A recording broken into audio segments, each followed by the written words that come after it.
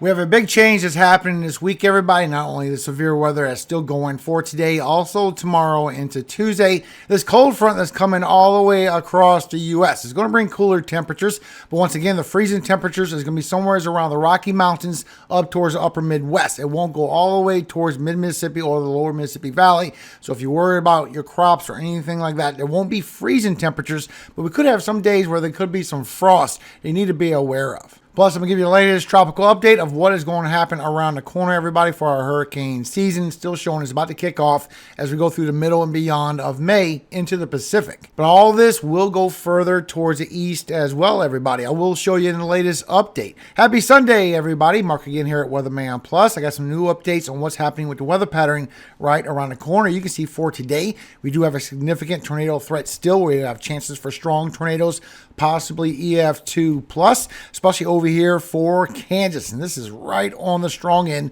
where we're going to see some strong supercells forming, bringing that threat. Now, this is still growing for tomorrow, and tomorrow is still a bigger event where we have chances not only for strong tornadoes, EF2 plus, but over here where we could have damaging to intense or violent tornadoes, EF3 plus as well, everybody. So please pay attention to the forecast because we have some very strong storms coming, and this is still bringing for a very dangerous weather pattern. But I'm going to talk about the whole weather pattern in general, including this cold front coming through. Latest update on the Arctic Oscillation, not only the cold front that we have now, what's coming through as we go through this weekend all the way towards next week. Still showing this polar blast is coming through the northern half of the lower 48. The lower half will be in cooler temperatures. You'll be around 50s and 60s, maybe even some low 70s for your highs, but it won't be frozen anywhere towards that area. But then it's going to do something a little bit tricky. It's either going to go in a above average, a warmer scenario. I'm showing around the East Coast,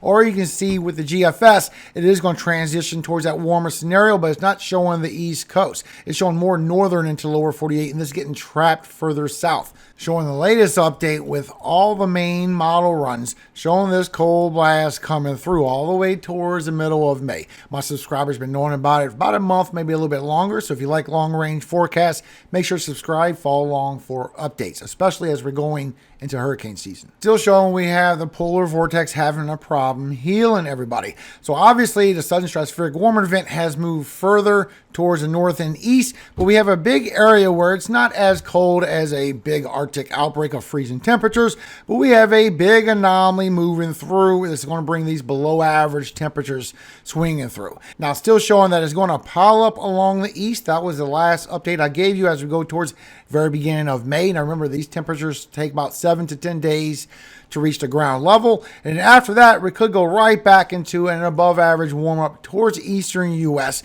Why you say cooler all the way from Canada towards the western U.S. And this will keep those below average and cooler temperatures all along as we go through the middle of May. Showing we might have some differences going across the U.S. around this time as well. You can see this with the latest GFS. Not only showing this piling up along the east, but look how it stays along the southern and the eastern U.S. after a short warm-up, a short above average anomaly moving through, that we still could have another strong cold front as we're going through the middle of May. Remember, this is lasting all the way towards the early 20s. So as we go through this week, remember we have the above average anomaly all the way from the deep south all the way towards the Great Lakes, where you're going to be anywhere from 10 to 20 degrees above average, but all the way from Canada towards the west. This will make its move as we go through the week, bringing anywhere from a 10 to a 15 degrees below average anomaly across for your area. Now, it's going to show stronger for Texas as it comes through for Texas and New Mexico. This is because normally you are very hot and you're going to be around the same temperatures as everybody else on this go around. This is going to go all the way towards the Gulf, right along the coast, bringing cooler temperatures. And still showing after this weekend, we're going to get another anomaly pushing through where we could get another cold front as we go through next weekend. Remember, after that is where we possibly could go on a warmer anomaly from the center to the eastern United States and a cooler and below average along the western U.S. And you can see this from the latest Outlook with Climate Prediction Center. So all the way towards this fifth, A big below average anomaly moving through. Matter of fact, all the way towards the 9th, we're going to see those below average temperatures kick in. But then it's going to reverse. Now, I will update you on your temperatures really quick, but first, let's talk about the latest tropical update, because pretty soon we're going to have a lot of favorable environment moving through the Pacific, and this will eventually carry on through the Gulf, through the Caribbean, into the MDR, our main development region. So you can see the latest update as we go from the 18th all the way towards the early 20s of May, that we have this favorable environment that's going to be building up in the Pacific, and this is going to grow stronger and stronger and go further towards the east as we go into the very beginning of June for hurricane season. We're still going into a El Nino, a very strong El Nino. Now we're going to a strong El Nino first, a very strong El Nino as we go into winter. In fact, when you look at our latest update with the potential velocity anomaly with our Euro EPS, our ensemble prediction system, this is our long range forecast, medium to long range with the Euro. You can see as we go towards the very beginning of May, we're going to go to a lot of favorable environment that's about to move through. And if you take a look, you'll see where this environment lays, everybody. Right across the MDR, Caribbean, going into the Eastern Pacific. So we have some storms that could form rather easily once we go through the very beginning of May. Showing we're going to start off pretty strong right here in the first week of May. Something forming up possibly over here into the Pacific by Hawaii that we need to be aware of. Then after that, we just have a lot of favorable environment. This right here, this blue signifies favorable environment, lift in the atmosphere. All this orange, this signifies sinking air, unfavorable environment in the atmosphere. And you can see we have it coming up for us now because of these cold fronts bringing the drier conditions. Plus it's bringing a lot of shear as well going with these troughs. But after that, we're going to go to a all new weather pattern as we go through May. Still showing on our latest ENSO report as we go all the way towards the peak of our hurricane season, August, September, and October, that we're still going to be in a strong El Nino. Not a very strong El Nino. A very strong El Nino is going to kick in when we get around our winter. So remember the forecast I gave you for what's happening with the super El Nino forecast. Videos up here in the corner still showing that is 100% correct. In fact, you can see the latest report that came out on the 19th showing our average is going up towards that 1.5 degrees Celsius. Then it's starting to linger southward. Now this could easily wobble north and south over and over, but that's the latest information. Now remember, to have a super El Nino, you need that 2 degree difference Celsius, and we're not going that high, everybody. We're going to a strong one, but it's by the time we go through our winter. And you see over here towards the right where your temperatures get warmer and warmer into the Pacific. This is going to create a lot of convection and a lot of powerful storms. In fact, all the way from January till now, we're starting to see a above average, a warmer anomaly move through the Pacific. And this is going to set up the beginning of our hurricane season. Now let's go through the severe weather and I'll be real quick on your temperatures, everybody. So we did have 12 tornado reports yesterday from Texas going through Oklahoma. So here is who's at risk for today. And we're going to start off with our tornado threat. You have the 2%, you have the 5%, but you also got the significant severe in that black hatched area, chances for an EF2 plus tornado. So here's your cities and states at risk for a tornado threat for today. Significant severe is Dallas, Texas, Fort Worth, Texas, Oklahoma City, Oklahoma, Tulsa, Oklahoma, and Arlington, Texas. Plus your wind threat and your hail will be significant as well. So you have your wind threat for today. Plus you have your 30%. We have chances for anywhere from 70 to 80 miles per hour wind gusts. So here's your cities and states at risk for the damage and winds for today. And a hail threat as well. We have significant severe in all this black hatched area, chances for 2 inches in diameter. And you have that 30%. We have greater than 2 inches in diameter, everybody. So here's your cities and states at risk for the hail threat for today. Your significant severe is Dallas, Texas, Fort Worth, Texas, Oklahoma City, Oklahoma, Kansas City, Missouri, and Omaha, Nebraska. Please be careful. These will be like eggs falling out the sky. Now, our atmosphere will be very powerful for today and for tomorrow. You can see we're a cape with our lift Food for these thunderstorms to feed on goes all the way up over 6,000 joules. Once you get towards 1,000, 1,500, you're bringing severe weather. And this is going to be a very powerful setup, everybody. Look how it goes overnight, further towards the north, all the way towards Missouri and Iowa, bringing very strong lift. A lot of food for these thunderstorms for tomorrow as well. Plus, we have a lot of winds aloft bringing forcing, and we have the cold front. And this will last all the way towards Tuesday also. Very strong storms starting not only yesterday, but for today and into tomorrow. When you look at the dew points is getting big. Not only the 60s, but you're getting the 70 dew points in there all the way for those storms for tomorrow as well. Bringing 70 dew points all the way up. This is going to be very thick rain-wrapped storms that's going to happen, and you're going to have a lot of rotation in those line of storms, bringing a threat for tornadoes. I think you're going to see some rain-wrapped tornadoes, especially for tomorrow. Now look at our winds aloft. Our winds aloft gives us rotation with height, also gives us speed shear.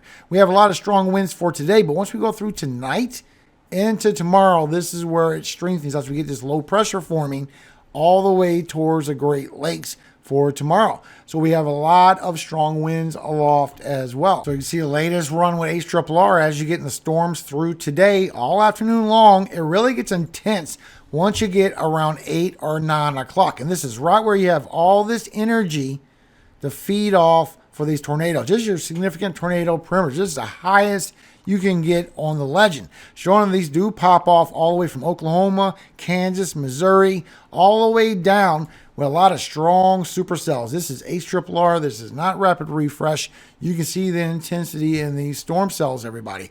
And this is going to bring for a lot of tornadoes, and I think a few very strong tornadoes. That could be upgraded a little bit. Then as you go overnight into the early morning hours, still a cluster of storms, bringing a nocturnal threat not only for damage and winds, also for the tornado threat. You still have the energy into the atmosphere as that transitions for tomorrow. So you need to watch out, especially if you're into Missouri, for nocturnal storms or nocturnal tornadoes. Then as you go through for tomorrow, you see the Bowen line segment still pushing damage and winds behind this. At the same time, you can have a QLCS tornado inside this quasi-linear convective system, a spin up, some rotation in the atmosphere, bringing a threat for tornadoes for tomorrow. Definitely bringing the damage and winds. Then for tomorrow evening, look how it sparks right back up again for Illinois, Iowa, going through southern Wisconsin and Missouri, bringing a threat for tornadoes, damage and winds, and very large hail. Now, when you look at this, you're looking at a line of storms coming through, but you're also looking at some semi-discrete supercells over here in front of it, and this is going to heighten your risk over here through Illinois, going into southern Indiana, but it's going to be strongest for Illinois. If you are in western to central Illinois, please be aware as you go through 5 to 8 o'clock for tomorrow. That's going to be a very intense moment. Showing the latest on the winds as we go through later on today. You can see we had very strong winds coming from Louisiana to Mississippi. This is anywhere from 60 to 70 miles per hour wind gusts plus. And what comes in through later into the early morning hours, bringing 40 and 50 miles per hour wind gusts for Arizona, New Mexico, Colorado, Utah. Also for Texas going towards Oklahoma. But for tomorrow, it strengthens. First, you have what happens in the morning, bringing that 40 and 50 miles per hour wind gusts, even pockets of 60 in there, all the way towards Wisconsin. But once you go towards tomorrow evening, this is where it intensifies and moves further towards the east. So now you're getting a 50 and 60 miles per hour wind gusts, maybe even some 70 all the way from Illinois, Indiana into Michigan. Also, your hail threat for today, what happens overnight into tomorrow morning across Kansas, northern Oklahoma, into Missouri, and what happens for tomorrow into tomorrow evening, bringing more hail threats across central and southern Illinois, southern Indiana, through Iowa. So for tomorrow, for Monday, you can see how much it has grown further towards the north and our threat for tornadoes. So far, here's your cities and states at risk for the tornado threat for tomorrow, for Monday. And your significant severe chances for an EF2 tornado is Chicago, Illinois, St. Louis, Missouri, Madison, Wisconsin, Aurora, Illinois, and Rockford, Illinois. The chance for an EF3 tornado plus is Cedar Rapids, Iowa, Springfield, Illinois, Peoria, Illinois, Davenport, Iowa, and Decatur, Illinois. Also, your wind threat, where it could get anywhere from 70 to 80 miles per hour plus, maybe even more, everybody. So far, here's your cities and states at risk for the damage and winds for tomorrow, for Monday. If you are in that 45% area, expect this to go up. Also, your hail threat for tomorrow. You have significant severe in that black hatched area, chances for 2 inches in diameter, greater than 2 inches in that 30% that red. So here's your cities and states at risk for the hail threat for tomorrow, for Monday. And still showing on Colorado State University that this is going to have 2 intense parts. Not only for Illinois, also over here for northern Arkansas going through southern Missouri. Plus Tuesday, you do have Tuesday severe weather risk, chances for damage and winds and hail. I think we'll also see a small tornado threat. So far, here's your cities and states at risk for the severe weather for Tuesday. Now, let's go through this cold blast that's happening for this week into this weekend coming, everybody. I'm still seeing a little bit of a warmer scenario. So you can see as we go into Tuesday morning, all the freezing temperatures coming through for the higher elevations in the Rockies. Also over here for North Dakota going into northern Minnesota. You can see this compared to the GFS, seeing the same thing, bringing in those 40s as well and bringing a cold wind chill with it, everybody. Now, it will warm right back up as we go through Tuesday, and you see the big spike of heat across the south. 80s and the 90s for Texas, even over 100 degrees for Texas, for northern Texas and southern Texas.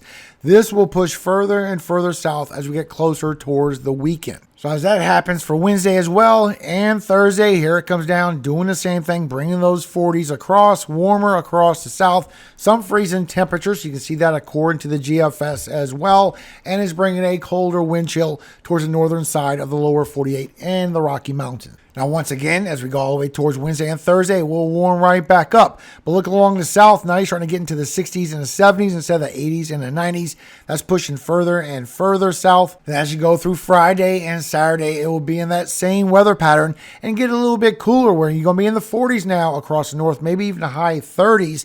And you're going to stay in the 50s and the 60s across the south overnight into the early morning. You can see this with GFS as well, and it's bringing some wind chills, but you will not feel that in the south. Now, it will warm right back up as we go through Saturday, but you can see right here that it's pushing those 50s and 60s further towards the south. Now, before I go, a quick word from our Father, everybody. This right here is HRRR on 48 hours. I'll put it as slow as I can. That way you can see the storms coming through your area and the intensity. That way you can get a good concept of what is happening around the corner. Psalm 60, 1 through 5. O God, thou hast cast us off, thou hast scattered us, thou hast been displeased. O turn thyself to us again. Thou hast made the earth to tremble, thou hast broken it, heal the breaches thereof, for it shaketh. Thou hast showed thy people hard things, thou hast made us to drink the wine of astonishment. Thou hast given a banner to them that fear thee, that it may be displayed because of the truth, Selah.